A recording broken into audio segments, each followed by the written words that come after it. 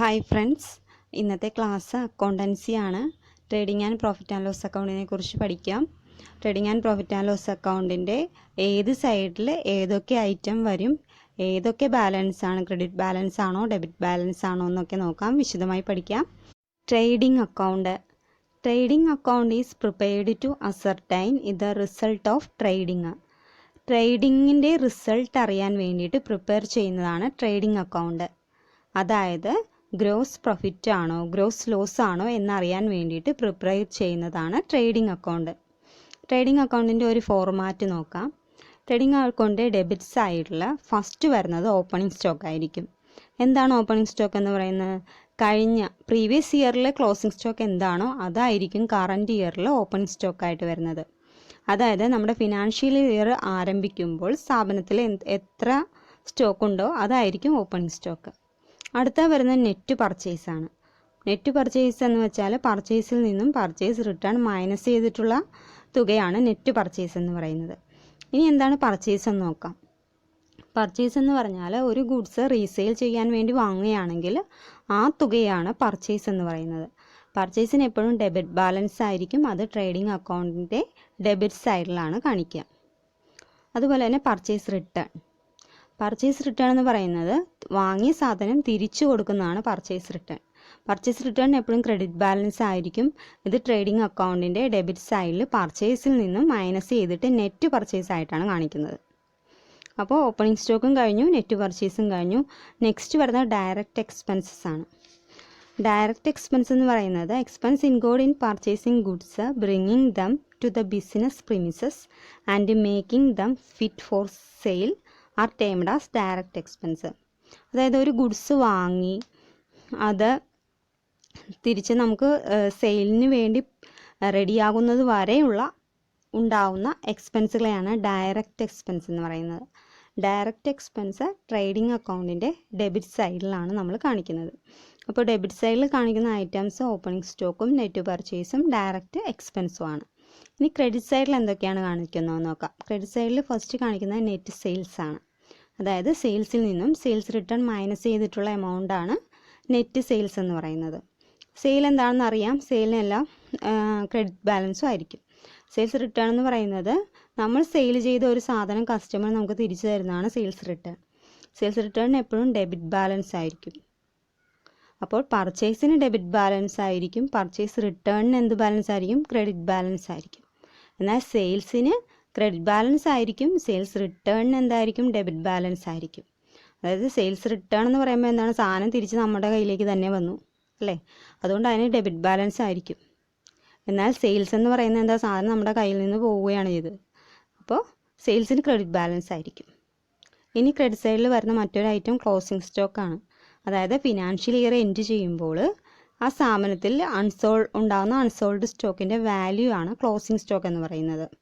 Closing stock എപ്പോഴും trading അക്കൗണ്ടിൻ്റെ credit സൈഡിലാണ് കാണിക്കുന്നത്.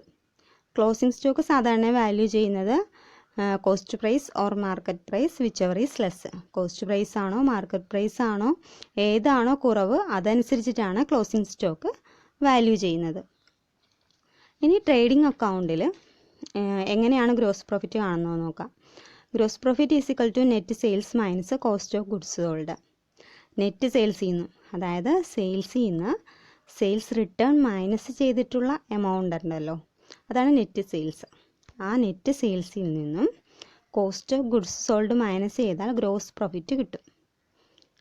കോസ്റ്റ് ഓഫ് ഗുഡ്സ് സോൾഡ് കണ്ടുപിടിക്കുന്നത് എങ്ങനെയാണ്? ഓപ്പണിംഗ് സ്റ്റോക്കും നെറ്റ് പർച്ചേസും ഡയറക്റ്റ് എക്സ്പെൻസും കൂടി കൂട്ടിയിട്ട് ക്ലോസിംഗ് സ്റ്റോക്ക് കുറച്ചാലാണ് കോസ്റ്റ് ഓഫ് ഗുഡ്സ് സോൾഡ് ലഭിക്കുക. അപ്പോൾ cost of goods sold net സെയിൽസിൽ നിന്ന് മൈനസ് ചെയ്ത് കഴിഞ്ഞാൽ ഗ്രോസ് പ്രോഫിറ്റ് കിട്ടും. അപ്പോൾ ട്രേഡിംഗ് അക്കൗണ്ടിൽ കാണുന്ന ക്രെഡിറ്റ് സൈഡിൽ കാണുന്ന നെറ്റ് സെയിൽസും ക്ലോസിംഗ് സ്റ്റോക്കും കൂടി ആഡ് ചെയ്തതിൽ നിന്നും ഡെബിറ്റ് സൈഡിൽ കാണുന്ന ഓപ്പണിംഗ് സ്റ്റോക്കും പർച്ചേസും ഡയറക്റ്റ് എക്സ്പെൻസും കുറച്ച് കഴിഞ്ഞാൽ ഗ്രോസ് പ്രോഫിറ്റ് കിട്ടും. അക്കൗണ്ടൻസി തിയറി മാത്രം പഠിച്ചു കഴിഞ്ഞാൽ അത്ര ഓർമ്മ നിൽക്കില്ല. പ്രാക്ടിക്കൽ കൂടി നോക്കിക്കഴിഞ്ഞാൽ നല്ലോണം നിങ്ങൾക്ക് ഓർമ്മ നിൽക്കും. അതുകൊണ്ടാണ് ഇത്രയും ഇങ്ങനെ പറഞ്ഞത് കേട്ടോ. Profit and loss account is an account which is meant to ascertain the net profit or net loss for the period is termed as the profit and loss account. അതായത് നെറ്റ് പ്രോഫിറ്റോ നെറ്റ് ലോസോ കണ്ടുപിടിക്കാൻ വേണ്ടിയിട്ട് prepare ചെയ്യുന്നതാണ് profit and loss account എന്ന് പറയുന്നത്. Profit and loss account ഒരു nominal അക്കൗണ്ടാണ്. എന്താണ് nominal അക്കൗണ്ടിൻ്റെ rule പറയുന്നത്? Debit all expenses and losses, credit all incomes and gains. ഇതാണ് നോമിനൽ അക്കൗണ്ടിൻ്റെ റൂൾ. അപ്പോൾ പ്രോഫിറ്റ് ആൻഡ് ലോസ് അക്കൗണ്ടിൻ്റെ ഡെബിറ്റ് സൈഡിൽ എക്സ്പെൻസും ലോസസും കാണിക്കും, ക്രെഡിറ്റ് സൈഡിൽ ഇൻകവും ഗെയിനുമാണ് കാണിക്കുന്നത്. അതായത് ട്രേഡിംഗ് അക്കൗണ്ടിലെ ഗ്രോസ് ലോസും ഗ്രോസ് പ്രോഫിറ്റും വരുന്നത് നമ്മൾ പ്രോഫിറ്റ് ആൻഡ് ലോസ് അക്കൗണ്ടിലേക്ക് ഫോർവേഡ് ചെയ്യും. ഗ്രോസ് ലോസ് ആണെങ്കിൽ പ്രോഫിറ്റ് ആൻഡ് ലോസ് അക്കൗണ്ടിൻ്റെ ഡെബിറ്റ് സൈഡിലും, ഗ്രോസ് പ്രോഫിറ്റ് ആണെങ്കിൽ പ്രോഫിറ്റ് ആൻഡ് ലോസ് അക്കൗണ്ടിൻ്റെ ക്രെഡിറ്റ് സൈഡിലും കാണിക്കും. അതിനുശേഷം ഡെബിറ്റ് സൈഡിലുള്ള ഇൻഡയറക്റ്റ് എക്സ്പെൻസസ് കാണിക്കും. അതായത് ഓപ്പറേറ്റിംഗ് എക്സ്പെൻസ്, ഒരു ബിസിനസ് സ്ഥാപനത്തിൻ്റെ ദൈനംദിന പ്രവർത്തനങ്ങളിൽ വരുന്ന എക്സ്പെൻസുകളൊക്കെ ഉണ്ടല്ലോ, അതൊക്കെയാണ് പ്രോഫിറ്റ് ആൻഡ് ലോസ് അക്കൗണ്ടിൻ്റെ ഡെബിറ്റ് സൈഡിൽ കാണിക്കുക. എക്സാമ്പിളായിട്ട് പറഞ്ഞാൽ salary, rent, commission, postage, repairs and maintenance, office expenses, പിന്നെ ഡിപ്രീസിയേഷൻ, ബാഡ് ഡെബ്റ്റ്സ്, അങ്ങനെ സാലറീസ് ആൻഡ് വേജസ്, അങ്ങനെ കുറച്ച് ക്യാരേജ് ഔട്ട്വേർഡ്, ഇൻട്രസ്റ്റ്, പിന്നെ ഡിസ്കൗണ്ട് അലൗഡ്, അങ്ങനെ കുറച്ച് ഇൻഡയറക്റ്റ് എക്സ്പെൻസസ് ആണ് പ്രോഫിറ്റ് ആൻഡ് ലോസ് അക്കൗണ്ടിൻ്റെ ഡെബിറ്റ് സൈഡിൽ കാണിക്കുന്നത്. പ്രോഫിറ്റ് ആൻഡ് ലോസ് അക്കൗണ്ടിൻ്റെ ക്രെഡിറ്റ് സൈഡിലാണെങ്കിൽ ഇൻഡയറക്റ്റ് ഇൻകം കാണിക്കും. അതായത് rent received, discount received, bad ഡെബ്റ്റ് റിക്കവേർഡ്, കമ്മീഷൻ റിസീവ്ഡ്, അങ്ങനെ തുടങ്ങിയ ഇൻഡയറക്റ്റ് ആയിട്ട് ഇൻകം കാണിക്കുന്നത് profit and loss account credit സൈഡിലാണ്. നെറ്റ് പ്രോഫിറ്റ് അല്ലെങ്കിൽ നെറ്റ് ലോസ് കാൽക്കുലേറ്റ് ചെയ്യുന്നത് എങ്ങനെയാണ്? Gross profit or gross loss plus indirect income minus indirect expenses. അങ്ങനെയാണ് നെറ്റ് പ്രോഫിറ്റ് അല്ലെങ്കിൽ നെറ്റ് ലോസ് കണക്കാക്കുന്നത്. ഈ net profit net loss capital അക്കൗണ്ടിലേക്ക് മാറ്റപ്പെടുകയും ചെയ്യും. ഇത്രയും കാര്യങ്ങളാണ് പ്രോഫിറ്റ് ആൻഡ് ലോസ് അക്കൗണ്ടിലുള്ളത്.